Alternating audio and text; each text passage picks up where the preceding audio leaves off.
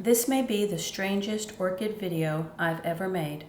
A hurricane on the way, blooms with a genetic glitch, and other life updates. All of this and more coming up at The Orchid Hut.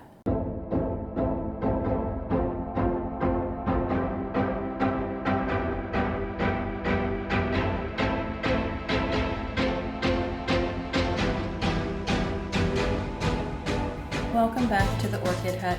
My name is Dana, and thank you for taking some of your time today to join me in this orchid video with some very unrelated topics going on.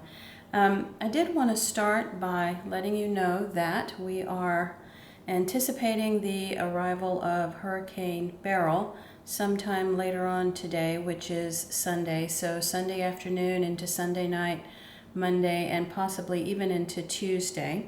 So if you live in the Houston or surrounding areas, please stay safe. I have been spending the morning, once again, probably for like about the 8th or 9th time this growing season, moving all of the orchids in. So you can see from these little clips that I'm going to insert here that the growing shelves outdoors are empty along the orchid hut, as well as the area that is sort of the area that's up against the wooden fence.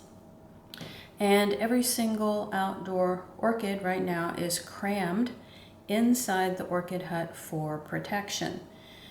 Now, this particular growing season, I have to say, has frustrated me immensely. I just feel like we have been plagued with too many spring storms with high wind, flooding, hail, and then we had the repeated reoccurrence of these awful webworms that just did so much damage to the leaves on the orchids. And now once again, you know, here we are at the beginning of summer and another storm with heavy rain, high winds headed our way. I am truly not enjoying this growing season. It has just been very unsatisfying because generally I like to fix up the growing areas outside, and they're, you know, very pleasant to look at and, you know, sort of walk along and enjoy the blooms and the growing for the season. But this year I have been doing so much moving in and out that everything has never been finalized in a placement outside because there's just been too much disruption and too much movement. So, you know, it's just one of those years. Now, in addition to that, some life updates, I guess. My father-in-law passed away at the end of June, and so that has sort of created, you know, a lot of stuff that has to be taken care of, and you know, orchid videos kind of were put to the side. Hopefully I'll be able to get back into a bit more of a routine for recording. And yeah, it's just, you know, part of life. You just have to work through things as stuff is dealt to you. And the other part of this video today is going to be talking about the orchid that I've been showing you in front of the camera. It is Brassalalia Cattleya Copper Queen, and let me put the tag in front of the camera here. This one did bloom for me last year, so it was a featured orchid for last year's blooming season. I will put a link in the upper right hand corner of the screen so that you can watch that featured video for this orchid.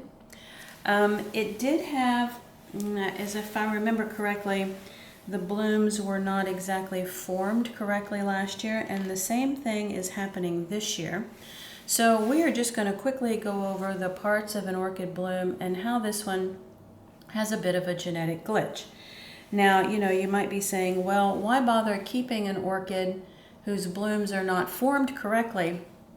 But there is some, I guess, literature written about orchids that suggests that if you give an orchid several repeated blooming cycles, they can sort of straighten themselves out, maybe, and eventually, once the plant is more mature, you will have properly formed blooms.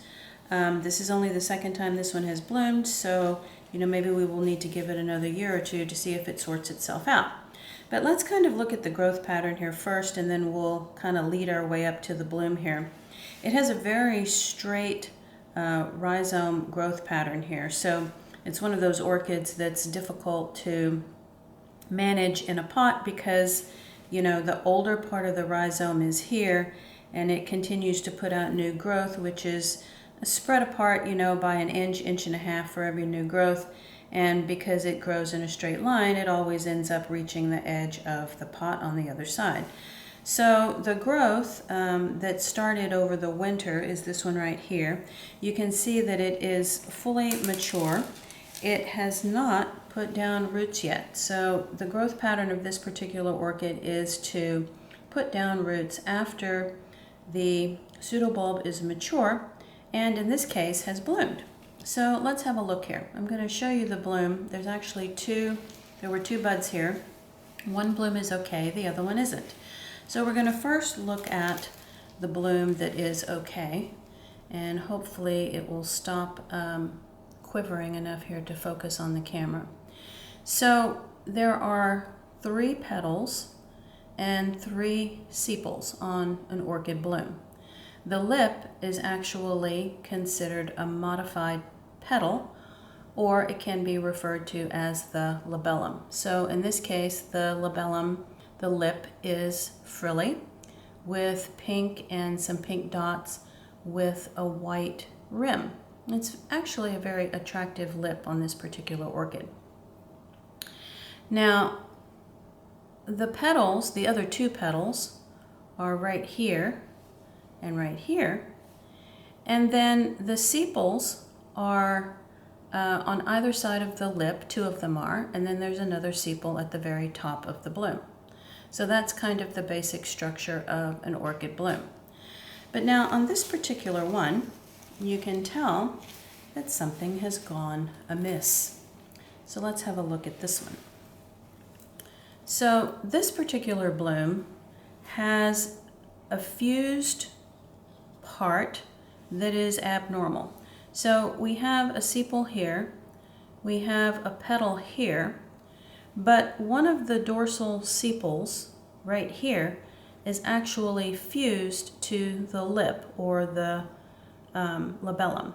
So you can see right here that there should have been a separation between this particular sepal and the lip, but it is fused together. And you can even see on the back side that it is not formed correctly.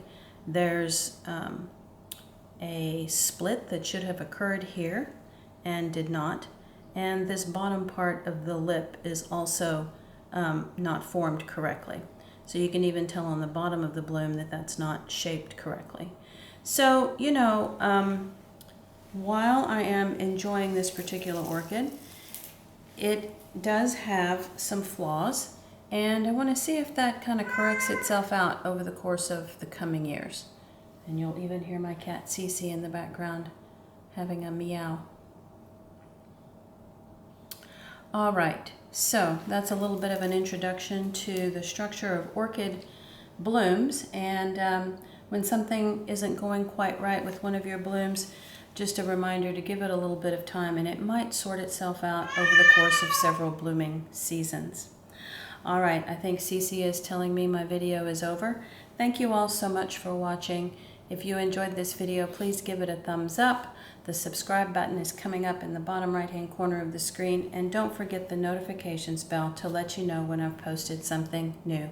Hopefully, more videos coming up more regularly in the future. Thanks so much for watching.